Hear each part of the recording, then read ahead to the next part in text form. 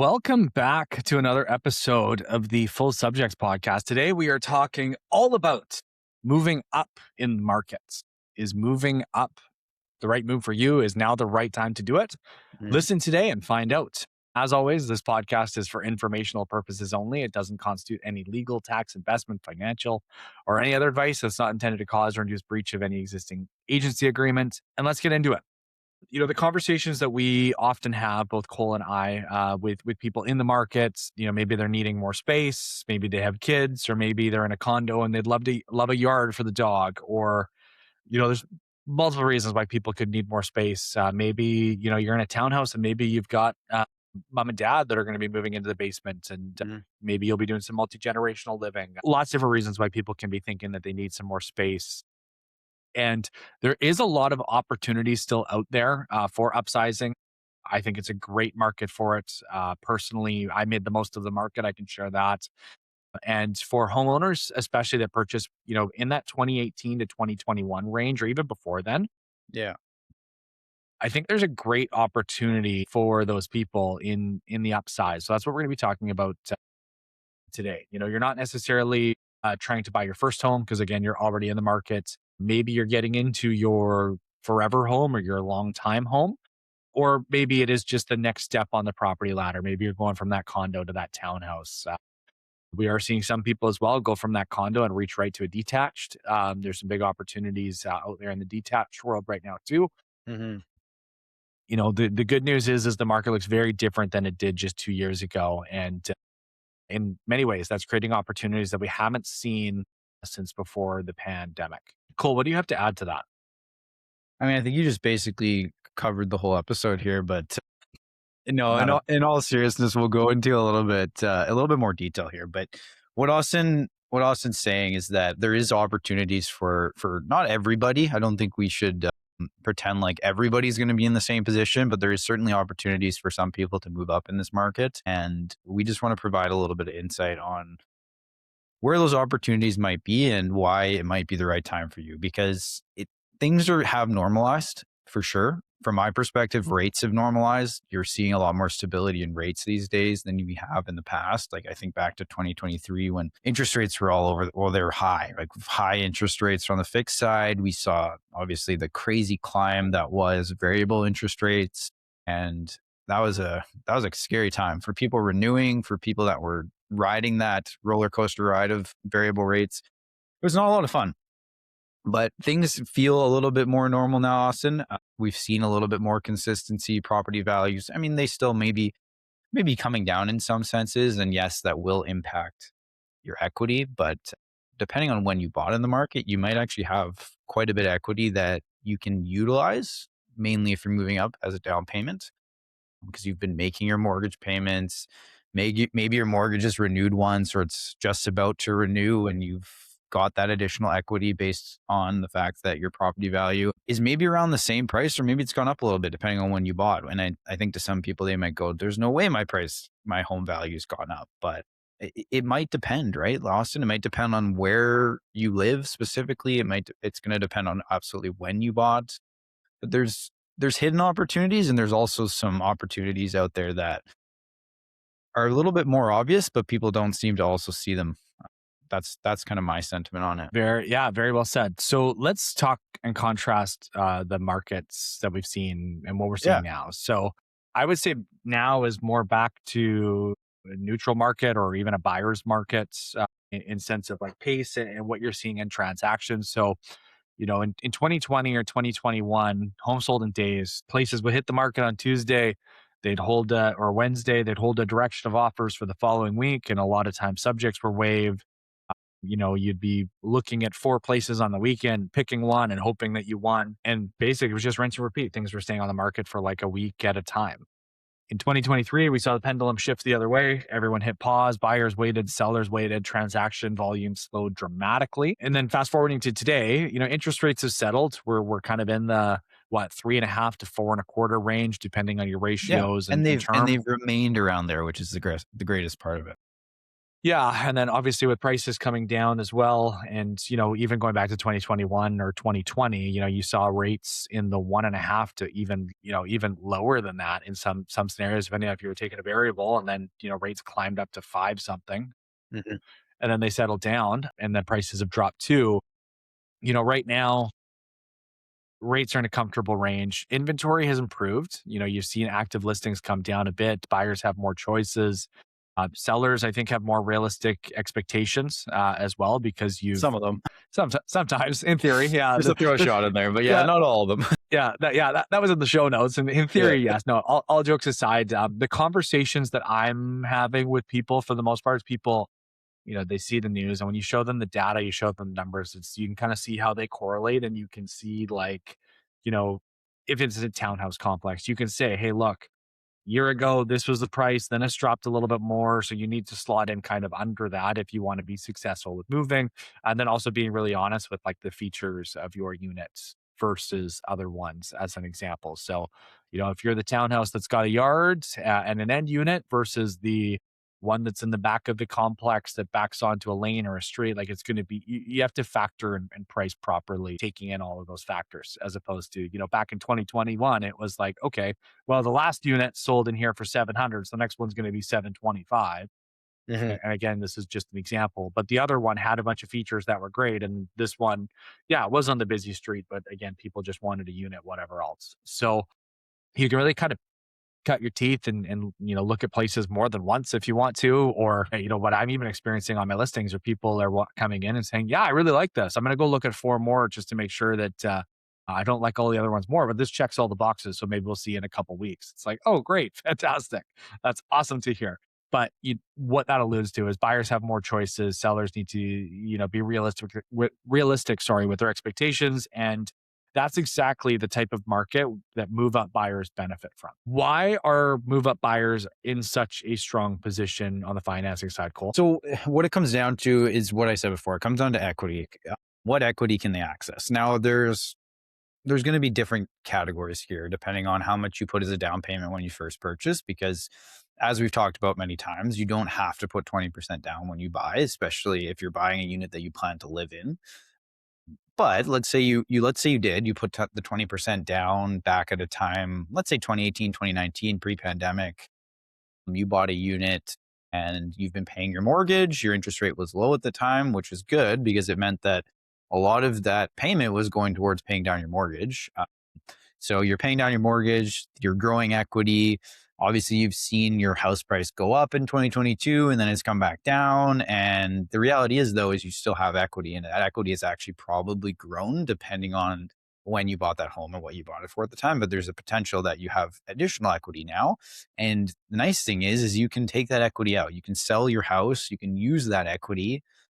We're dealing with, as Austin said, a much more stable market from a mortgage rate perspective, which is nice. People, there's predictability in what they're going to pay, and they know what rates are going to be right now and probably for the next little while. But it's using that equity, and then it's the next part, Austin. It's the fact that the price gap has gotten smaller. So we're not seeing that huge difference between a condo and a detached home. We've seen that gap tighten a little bit, and that's what's allowing people the opportunity to move up. Now, moving up from a condo to a detached home is a big jump, right? Hmm. For sure. That's a huge price jump. Sometimes you see it depending on how long people have been in their place for. Like, if you Yeah. were buying your condo in the 2 to 300K range, and maybe it's worth like 450 or five now, again, depending on the product, Hmm. and again, it comes down to the equity. Like, you see a little bit of that, but for the most part, those people are jumping from like the entry level condo to maybe like your high end townhouse, your four bed, Yeah. four bath, 16 to 2,000 square feet. Like, that could be end user product if you really want it to be thing, if that makes sense. Yeah. It's more of like a detached home that has a shared wall almost, Basically, like yeah, that kind of exactly. feel. But what's important is that gap's tightened. So why that's important is because it means that you're actually saving quite a bit. You could be saving hundreds of thousands of dollars because of the fact that that gap has gotten smaller. So the example we have here is that the gap was closer to, say, like a 1.4 million, and it's come down to, say, closer to like 1.1. That's a very specific example, but that's still why I'm saying that is because that's that's $250,000 or $300,000 with the example I gave you difference now in terms of how much less of a gap there is. That's a lot from when I think of it from my side, a financing perspective. If I need financing for $300,000 less, let's just assume that from a mortgage side, we need the 300 as a loan.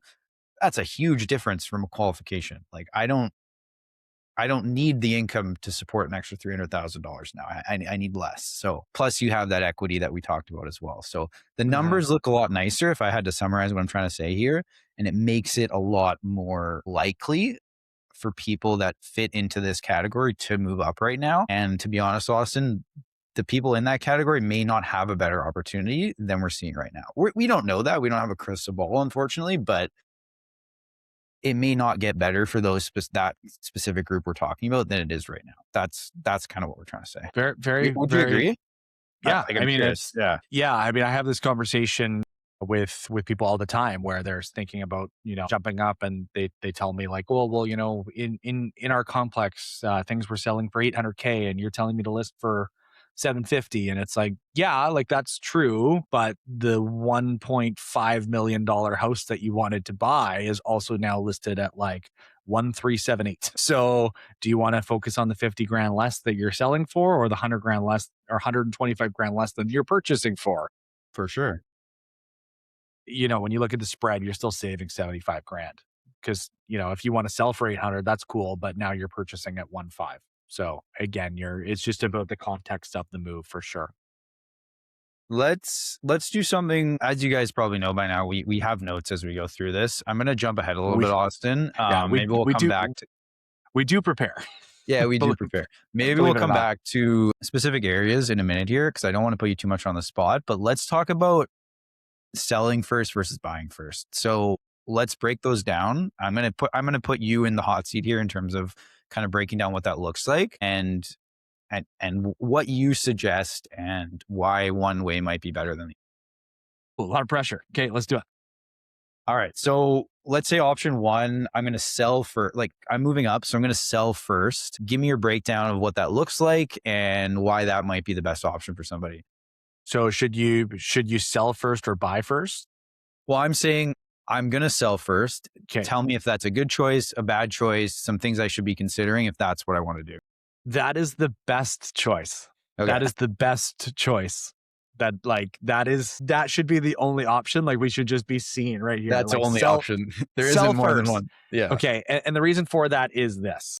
Then you know exactly how much money is in your wallet to go shopping, as opposed to having a general idea of what you're going to sell for. And then what happens if you don't? Where is that additional funds? Like some people do have, money they can borrow from parents or gift from parents, et cetera, et cetera, et cetera. But selling first is the best. And you might be sitting here saying, well, Austin, if I sell first and I commit to moving, how do I know that I'm going to find a place that I like? How do I know that the dates are going to line up? That is a great question. Thank you for asking. Typically, what we try and do if we're on the selling side or selling first side is we'll depend. And again, this really depends on the product too. Like there's different ways to strategize it. So like, I'll give you an example. Let's say you are a condo or even like your smaller townhouse, like your 2 or your 3 bedroom product. Who are the type of people that are buying that type of product? It's probably going to be first-time home buyers. Maybe they're still living at home. Maybe they're renting and it's month to month and they have some flexibility with their closing dates. So what we typically try and do is we will try to basically get an offer. And the 3 things that you can negotiate in an offer is price, conditions, as well as dates. So price, conditions, terms, dates. So what we'll try and do is we'll try and push the dates for as long as possible. And obviously with that, it'll be whatever they're pre-approved for, their rate holds, because, what can happen if rates change drastically, and let's say rates go up and you're past that pre-approval window, those buyers might, their payment might go up if they wait too long. And a lot of times people don't want to do that. So you basically, you get an offer, you commit to selling, and you try and push those dates as long as you can, or a reasonable amount of time that you can, in order to then, once you know that you're sold, to go shopping and then line up those dates with your purchase, with your sale. So if Cole, if you listed your place today and you wanted to upsize and buy something else after, I would be saying, okay, so it is June, July, August, September, maybe. Maybe we try and get dates for your sale in the middle of September. So that'll give us 75 days, let's say, to look at properties that we like, write an offer on one that we like, try and get those dates to line up with your sale. And for the most part, depending on the product, that isn't an issue. Most people right now do need to sell first. There isn't a bunch of extra cash in the marketplace. So most people are pretty good with that. The challenge that you run into there, depending on product, is let's say you are that middle product. Let's say you're that townhouse. So condo people sell, let's say they're in a 1 or a 2-bedroom condo and they sell their condo and then go purchase a townhouse. They need those dates to line up. Then if you're that middle product to that townhouse, you then need to go buy, if you're upsizing as well, you're going to that detached product. Now all of a sudden there's 3 sets of dominoes that you need to all line up with the transaction. And I find most frequently, if you are on the last, like if you're on the detached end of that, it can be sometimes your moving dates and your closing dates can be a bit tight. You might be moving out of your place one morning and moving into a place that afternoon with not a lot of time in between.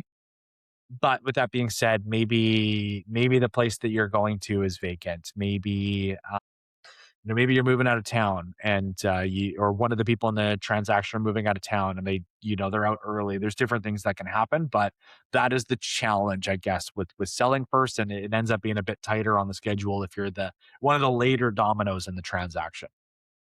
That's really, really important, guys, is what he just said about the dominoes. It's not just one transaction of you selling. It's not just 2 transactions of you selling and buying. There's all these other moving pieces of people that are likely doing the same things you are, at least for one transaction. So we have to factor in that things need to work out to the best that they can in order for everybody to be happy, right? Like in a perfect world, everybody gets what they want in terms of, hey, the dates line up, price is fair, et cetera, et cetera. Those are things that we have to consider, and those are things that Austin has to consider when he's working with somebody. Is there's more to it than just, okay, I know my clients want to sell for this price and they want this. He also has to factor in what else is realistic in terms of all the other aspects that go into a transaction. Is that fair to say, Austin? Very well said. Okay, perfect. I'm hired. So buy first. What happens if you buy first typically? Like, let's talk about just quickly, like, what does that look like? And what I'm referring to, without obviously saying it, is subject to sale. Like, what does that look Yeah. like?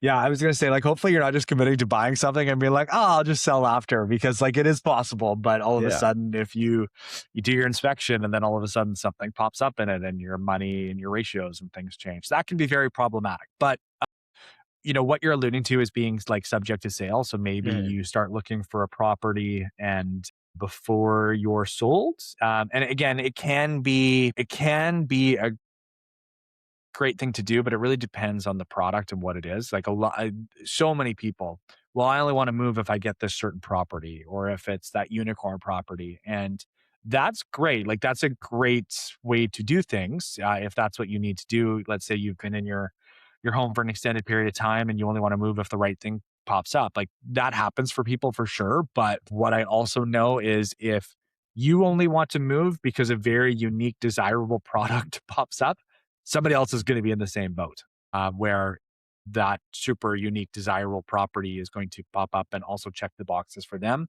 typically. So yeah, you can be subject to sale. That can be definitely a strategy to do things. You're seeing more of that in this market. Try not to give advice here, but what I would say is for some people, in a more balanced market, you are seeing more sellers that are willing to consider subject to sale offers, but that really comes down to like, what is the product? What is, you know, is it going to be marketed well? What is it going to be priced at? Like, me as an agent, I'd end up doing a ton of homework on that property because what I also don't want my clients to do if they're accepting something subject to sale is to accept an offer subject to sale on a place that will never sell, Mhm. because then you're just wasting time on market. And it's also kind of like human nature. People get super excited at this property. They're like, oh, I really want this. And oftentimes, a subject to sale, you need to overpay to get it because you have to make the offer desirable.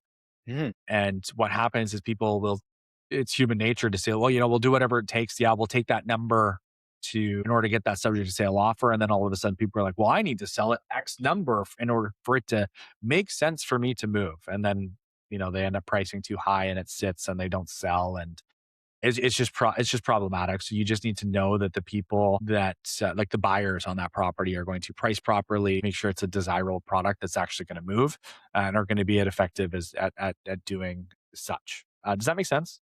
It does. Yeah, it Yeah. does. My advice, if you're listening to this, I shouldn't give advice to people listening, but generally, what I tell clients that are working with me is like, hey, try and avoid the subject to sale. Like, if you're on the market and you're getting showing activity, and you can kind of tell if you're going to be getting an offer, it's definitely like once you're on the market, I think it's totally reasonable and totally fair to have an eye on properties and maybe view a couple so that like, hey, if you do get an offer, you know where you're going to go, like for sure. That's a good strategy.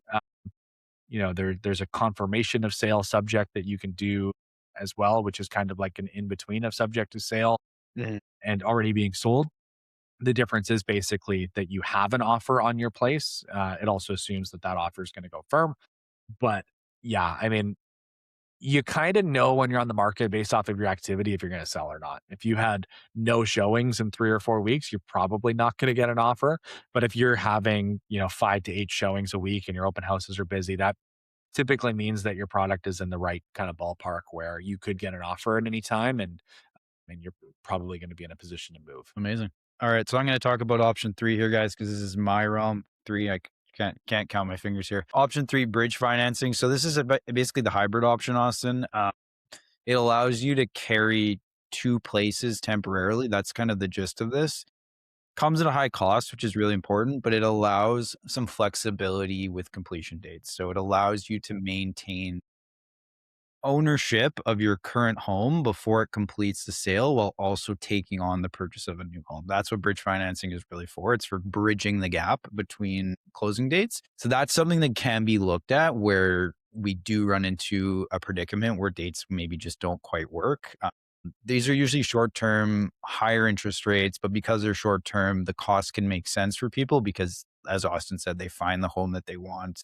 Maybe we can't get every stipulation we're looking for, but the deal makes sense. This is an option that we could look at. So I'm just going to leave that there. Yeah. Well, especially with obviously we're talking upsizing and for downsizing, there's different things that you can do, whether that's like reverse mortgages or lines Yeah. of credit, things like that to fund. But obviously, this is the upsizing episode.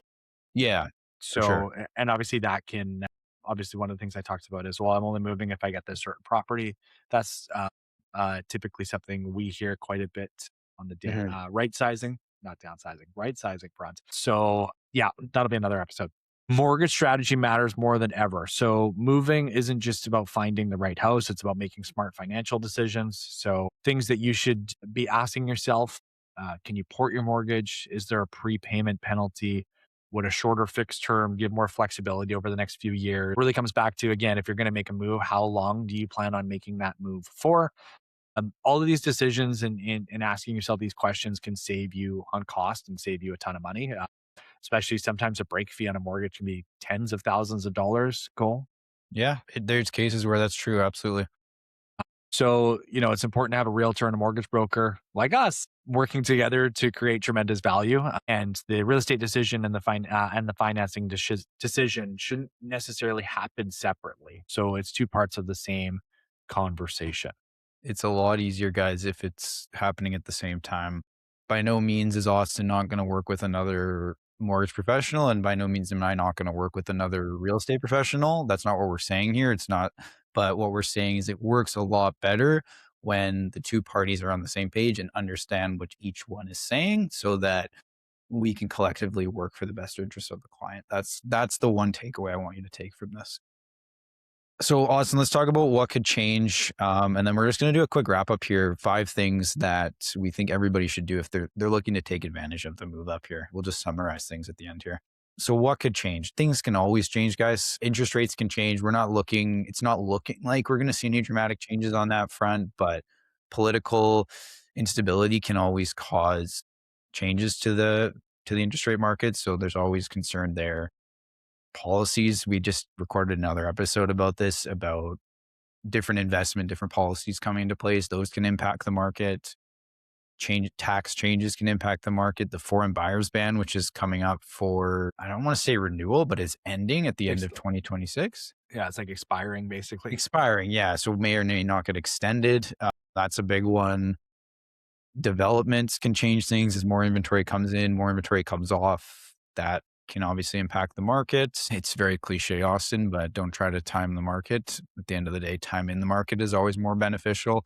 Now, today we're focused on moving up in the market, but the reality is that you're not getting out of the market. You're spending more time in the market, and now might be a good time for you to move up and then continue to spend more time in the market. And then in the future, realize some of that appreciation again, and then we'll do what's best for you at that time. Anything else you want to add there about things that we might see change in the next little bit, just as a, not as a precautionary, but more as just a, you never know when the opportunity might change. Yeah, no, I think you nailed it. A lot of the points. There's been obviously there's so many different factors, internal and external, that can affect the market. So you know, like you said, timing the market versus time in the market. Hmm.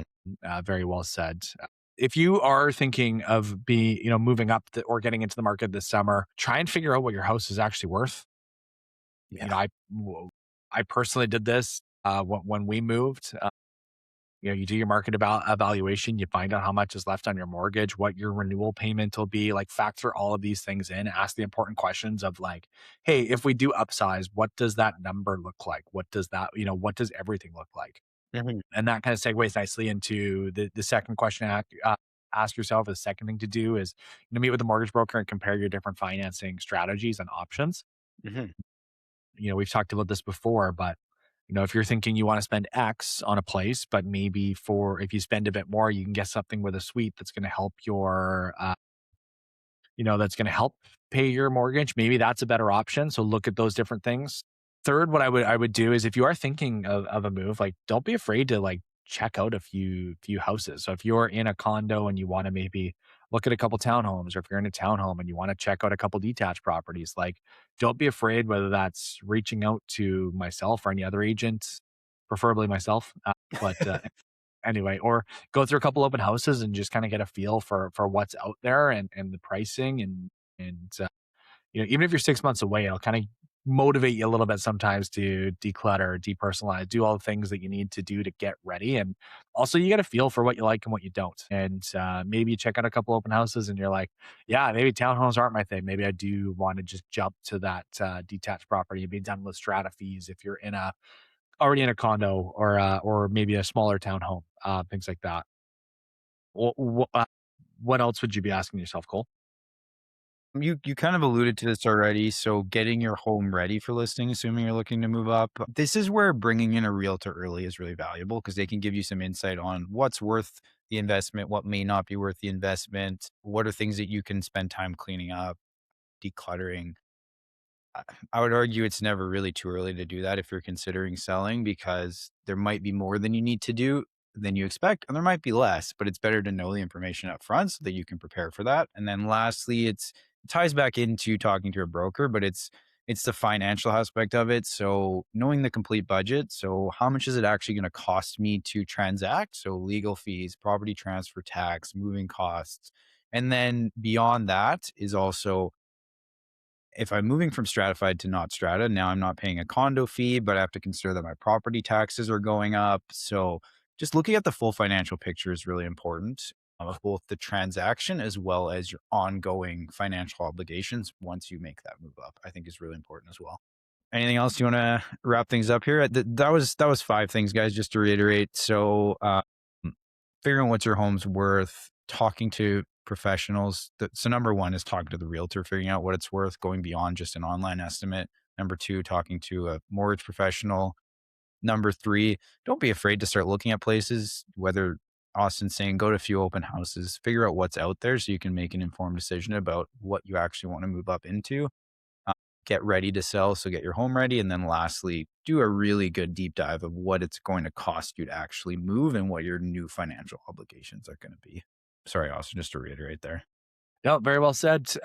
Obviously, just to kind of wrap this up, there's always opportunities in the market for different people. Everyone wishes they bought a house earlier.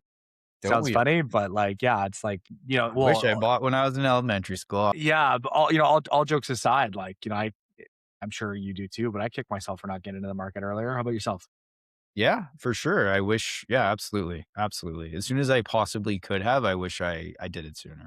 Yeah, even like, even condos in Langley, like entry level ones at the time were like 300 grand. And even that product still now is probably up, probably sitting around 425, depending Yeah, on what it is. So exactly. yeah, I mean, that would have been not too bad to have.